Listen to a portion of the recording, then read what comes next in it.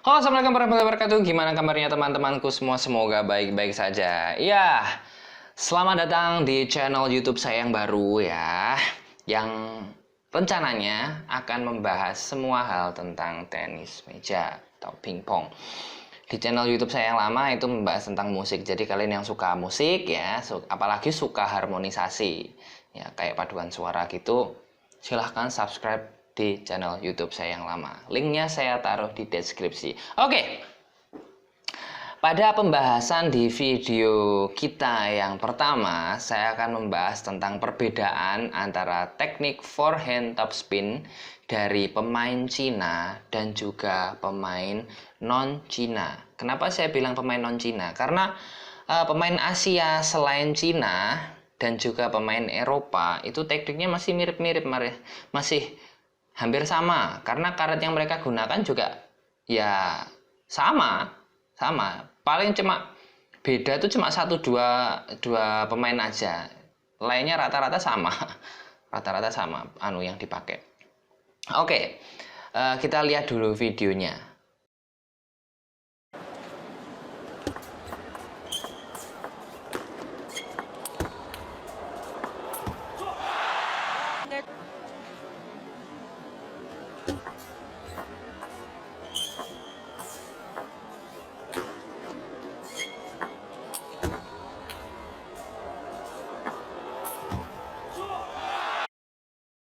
The team have been hugely successful in the European context as well as the world.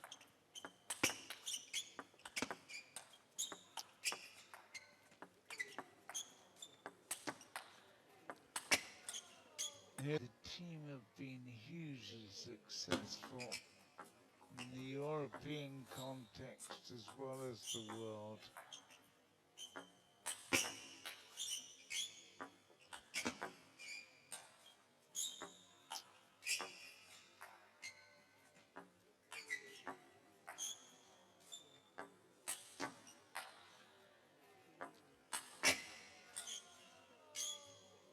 Ya, dari video tersebut kita bisa lihat bagaimana pemain Cina, dalam hal ini adalah Malong, dan juga pemain Eropa, ya dalam hal ini contohnya adalah Timo Boll dalam melakukan forehand topspin. Malong dan juga semua pemain Cina itu kalau melakukan forehand topspin, lengannya selalu lurus, hampir lurus total ya. Mungkin kalau ada tekukan tuh tekukannya sedikit.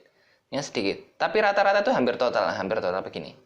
Nah, sedangkan Timo Boll dan juga semua pemain non Chinese, mereka tuh kalau melakukan forehand topspin tangannya hampir ditekuknya seperti ini.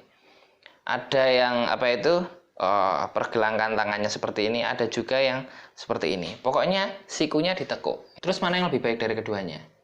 Kita akan pelajari tekniknya yang digunakan pemain Cina terlebih dahulu ya. Teknik forehand topspin yang digunakan oleh pemain Cina itu sebenarnya berat dan juga sulit untuk dipelajari. Kenapa? Karena momen inersianya tinggi. Apa itu momen inersia? Kalian yang dulu sekolahnya IPA pasti ingat ya momen inersia itu apa. Ini definisi yang sudah saya rangkum ya. Kalau sebenarnya momen inersia itu adalah ketahanan suatu benda, yaitu terhadap gaya yang menggerakkannya. Dalam hal ini adalah berputar ya, dalam membuatnya berputar, momen inersianya. Jadi benda itu akan diam terus sampai ada gaya yang menyebabkan dia bergerak atau berputar gitu. Atau benda itu akan terus berputar sampai ada gaya yang menghentikannya ya. Sampai ada gaya yang membuatnya dia berhenti atau membuat dia melambat.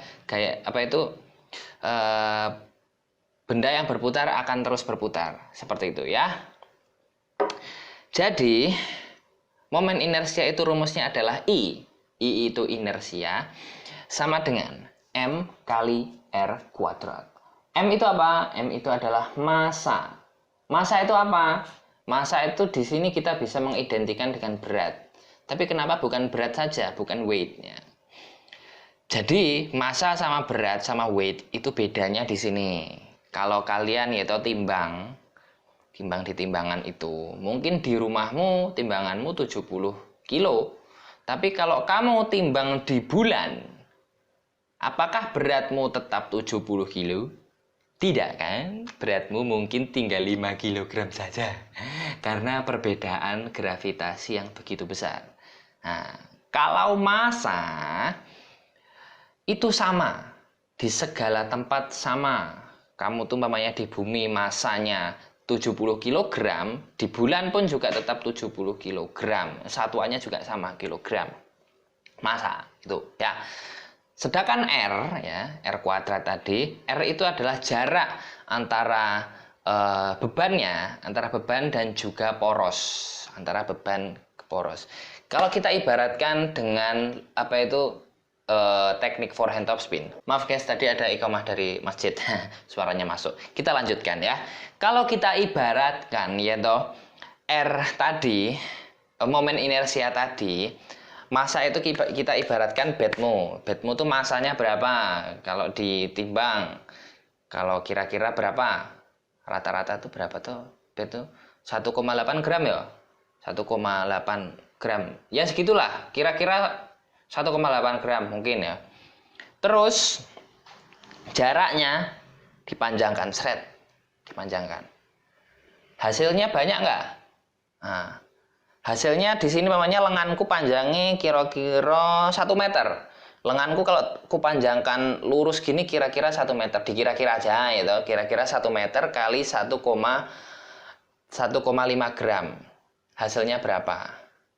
Nah, dibandingkan dengan kalau kita memendekkan itu, memendekkan berarti kita jelaskan dulu namanya panjang. Berarti jaraknya dari sini ke massa ke porosnya mana? Kalau kita melakukan forehand topspin itu porosnya mana? Nih, lengan. Nah, lengan sini, otot deltoideus. Panjang toh. Yang tadi 1 meter dikali 1,5 gram. Kalau dijadikan kilogram piro? Yes, dadekno kilogram dhisik, pokoknya dijadikan kilogram. Berapa hasilnya? Dibandingkan dengan saat memendekkan gini, berarti kan jaraknya makin pendek, makin kecil. Berarti mungkin jaraknya 0,5 meter ya. 0,5 meter dikali 1,5 gram. Dijadikan kilogram dulu. Hasilnya banyakan mana? Dari sini sama yang ini tadi banyakan mana hasilnya? Banyakan yang panjang toh. Nah, itu dia. Makanya teknik menggunakan lengan yang panjang itu butuh gaya yang lebih besar untuk menggerakkannya. Efeknya adalah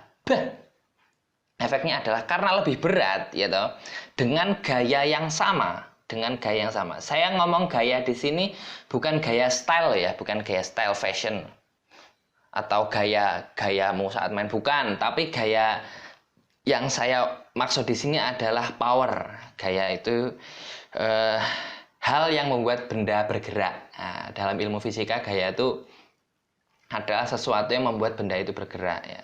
Oke, kita samakan persepsi wes dengan power yang sama, wes gitu ya.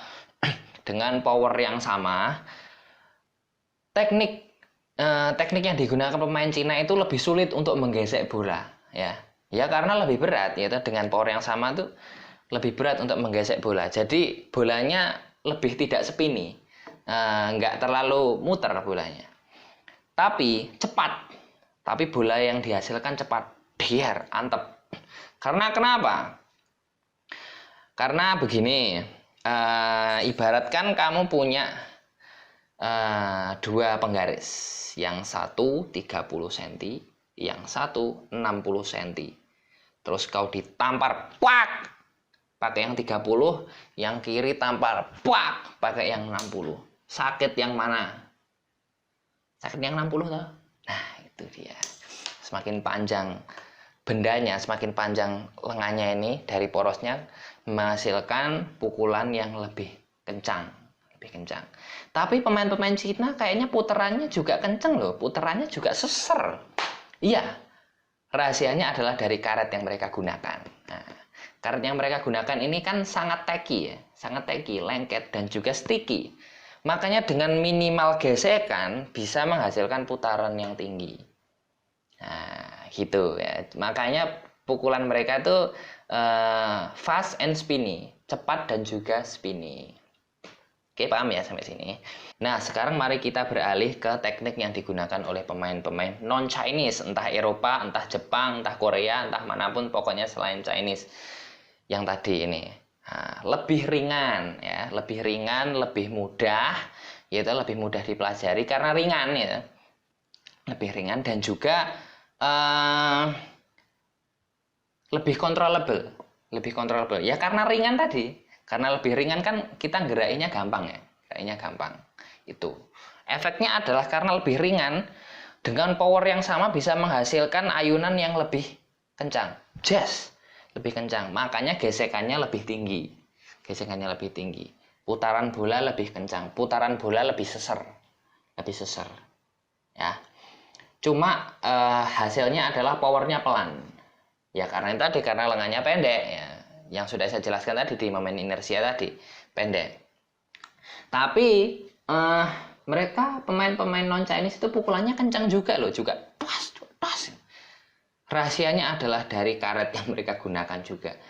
Mereka kan rata-rata menggunakan karet tensor, Dicnic, Tenergy, Donic apa, Donic Blue Fair, apalagi Siom apa, Yasaka, tensor rubber itu adalah karet-karet yang punya karakteristik fast ya, cepat, meledak. Jadi dengan sedikit dorongan, sedikit gaya bisa membuat bola itu cepat.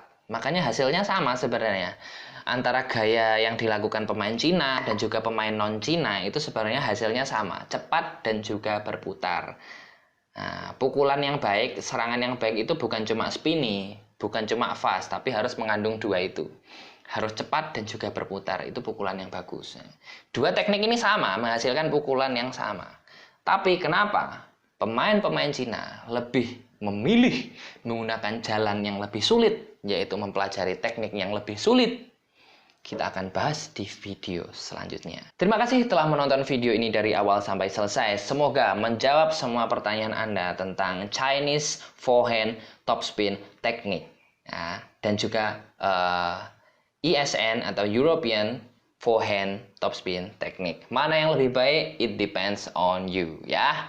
Kita akan bahas di video selanjutnya kenapa Cina melakukan teknik yang spesial yang seperti itu. Oke. Akhirnya, wassalamualaikum warahmatullahi wabarakatuh. Bye.